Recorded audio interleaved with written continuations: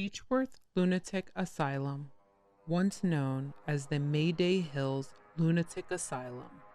This institution is located in Victoria, Australia, and was among the top 3 mental institutions in the area as of its opening in 1867. It was surrounded by over 261 acres of farmland. This was one of the few institutions that also utilized ha-ha walls. These ha-has consisted of a trench, one side of which was vertical and faced with stone or bricks, the other side sloped and turf.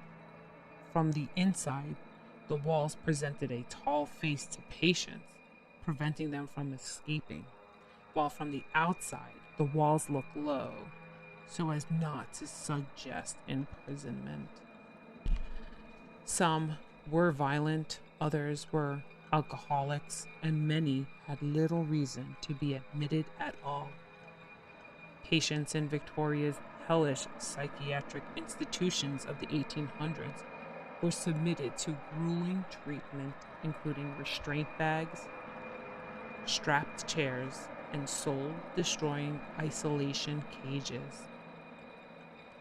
Beechwood disguised it was a place of rehabilitation, with many patients put to work as farmers and landscapers for the surrounding area, as well as providing materials for pursuing work as shoemakers, blacksmiths, painters, and carpenters. Community members regularly pitched in for recreational activities and the comforts of patients throughout the decades.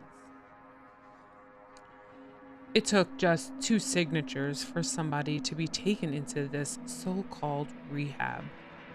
If a man wanted his wife gone and his friends knew about it, he could get them to say his wife was mad and she'd be taken.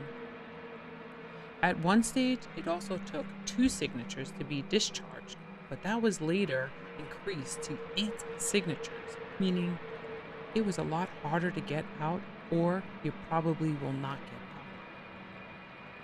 Handwritten case files were actually made public of Victoria's hellish psychiatric hospital from the 19th century. We are able to hear patient stories through old records.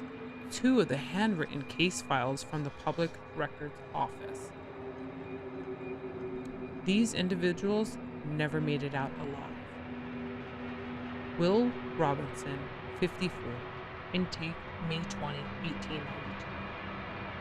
My official name is Will Robinson. My correct name is Charles Hutton.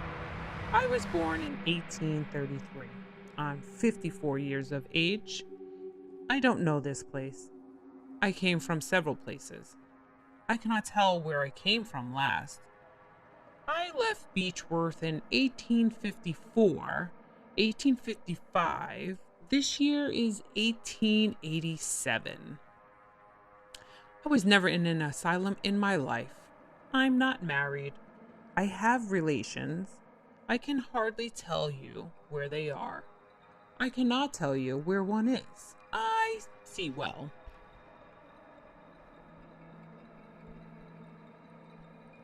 Patrick Malone, 43, intake May 27, 1892.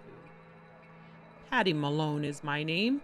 I'm about 20 years of age. I do not know the year. I never kept count. I was sent to Kew owing to my mother's fault. I was a bit wild. I was young. I might have been at fault. I was a bit wild, having a change like. My mother could tell you better. I was into drinking. I had a few words with my mother and sister, like. It was 12 months ago. I cannot remember the words. I never saw spirits or heard voices. I was never bad like. It was only a row with my mother and sister. I was lying down and she wanted me to go outside and I would not. She got her hair off and I knocked her about a bit. It is a long time ago. I did not do much, if I did anything at all. I did practice self-abuse, but It's a long time ago. I don't do it now. I would be dead in a few days if I did any work. By the 1950s, a change in methods resulted in physical treatment being implemented. These treatments involved straitjackets, restraints, and electroshock therapy to encourage calmness in patients who did not respond to recreational forms of therapy. Because of the excessive force of shock therapy, bone and ligament injuries became the norm that also caused the patient's body to contort in response to the electric stimuli. This institution closed in 1995, having a 127-year run, and possibly as many as 9,000 patients died in the facility. The darkness of this institution, however, did not truly appear until after it closed. Beechworth is said to be the most haunted places in Australia.